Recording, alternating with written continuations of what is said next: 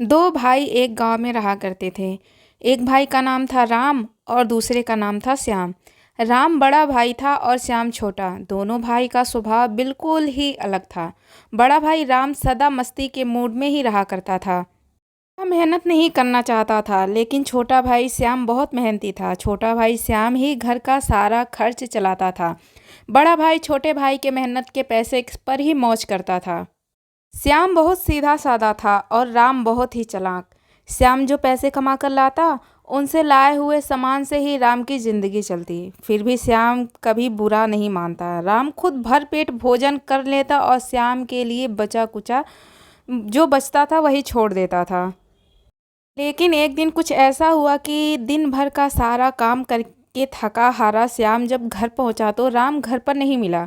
श्याम के पेट में चूहे कूद रहे थे। सारा रसोई घर खाली पड़ा था और खाने को कुछ भी नहीं था।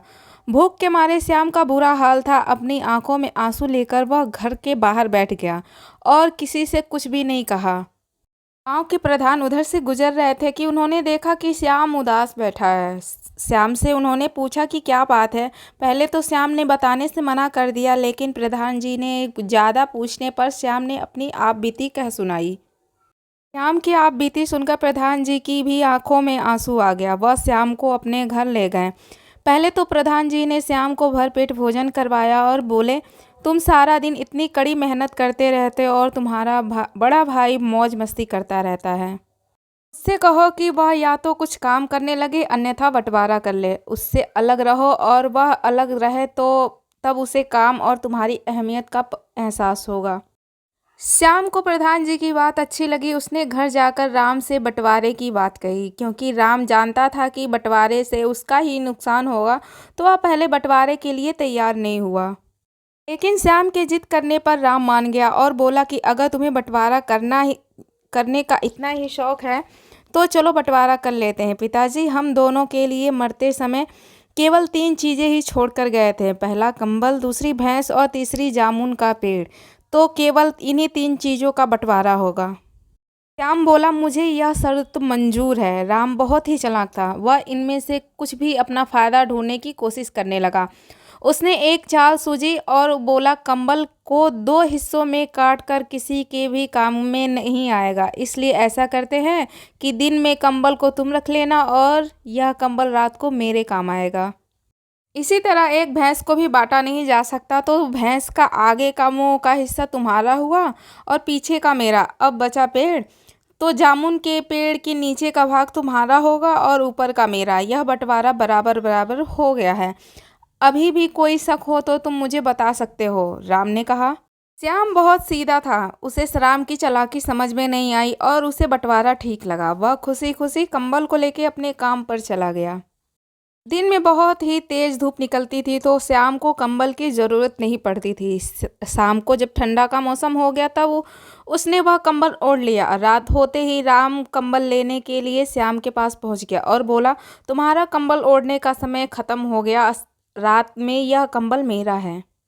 राम दिन भर का काम करके परेशान था, ऊपर से यह ठंड भी उसे सता रही थी और राम मज़े से कंबल ओढ़कर रात भर सोता रहा। जब सुबह हुई तो श्याम को थोड़ा सा गर्माहट का एहसास हुआ। श्याम सुबह उठकर भैंस को चारा डालने चला गया और दूध दूहने बैठ गया। तभी राम आया और बोला, दूध निकालने का अधिकार मेरा है क्योंकि भैंस के पिछले हिस्से का मालिक मैं हूँ। और ऐसा कहकर राम ने श्याम के हाथों से बाल्टी छीन ली और खुद दूध दूहने बैठ गया। श्याम बेचारा चुपचाप जामुन के पेड़ के नीचे आकर बैठ गया। उसे बड़े जोर से भूख लग रही थी। जामुन का पेड़ यह सारे जामुनों से भरा हुआ था। जामुन तोड़कर खाने लगा। तभी राम आया और उसे रास्ते से ही बोला कि तुम बड़े बेईमान हो, मेरे जामुन खा रहे हो। पहले तो तुम दूध दूहने लगे और अब जामुन खाने लगे हो।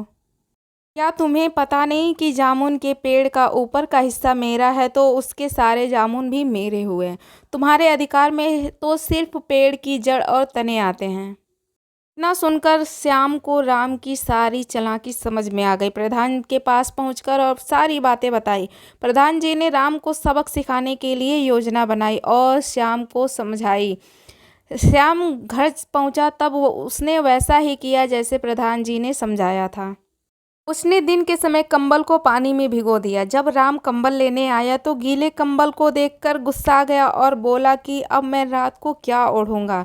श्याम ने भी कड़क कर जवाब दिया कि दिन में यह कंबल मेरा है तो मैं इसका कुछ भी करूं, चाहे ओढ़ूं या भिगाऊं। अगली सुबह जब राम दूध दुहने बैठा तभी श्याम ने एक लाठी भैंस की गर्दन पर जोर से मार दी। लाठी पड़ते ही भैंस भड़क गई और राम के मुंह पर दुलाती मार दी। राम जाकर एक और गिरा और दूसरी तरफ दूध की बाल्टी गिरी। गुस्से में गुर्राता हुआ राम बोला, श्याम ये क्या मजाक है, पागल हो गए हो क्या? श्याम ने एक कड़कदार जवाब दिया और बोला, भैंस के आगे का हिस्सा मेरा है तो मैं उसका कुछ भी करूं, तुम्हें इससे क्या मतलब? राम श्याम की ओर हैरानी से देखता रह गया। थोड़ी देर बाद राम ने देखा कि श्याम जामुन के पेड़ को काटने जा रहा था। तब राम बोला, अरे श्याम, तुम्हारा दिमाग तो ठीक है, अगर जामुन के पेड़ को काट दोगे तो जामुन कैसे मिलेंगे? श्याम बोला, मेरा भाग तो केवल जड़ और तना है और मैं अपने हिस्से के साथ कुछ भी करूं, तुम्हें इससे क्या मतलब? मुझे जामुन से कोई लेना देना नहीं है। श्याम को अब समझ आ चुका था कि श्याम को उसकी चालाकी समझ में आ गई है। वह श्याम को आगे हाथ जोड़कर खड़ा हो गया और बोला, भाई मुझे माफ़ कर दे, मैं अब कभी तुम्हारे साथ धोखा नहीं करूँगा। अब हम दोनों मिलकर ही रहेंगे, साथ साथ मेहनत करेंगे। इसके बाद दोनों भाई मिलजुल कर रहने लगे। आपको यह अनोखा बंटवारा कहानी कैसी लगी? अपने विचार कमेंट बॉक्स में ज़रूर बताएं। Please subscribe to my channel.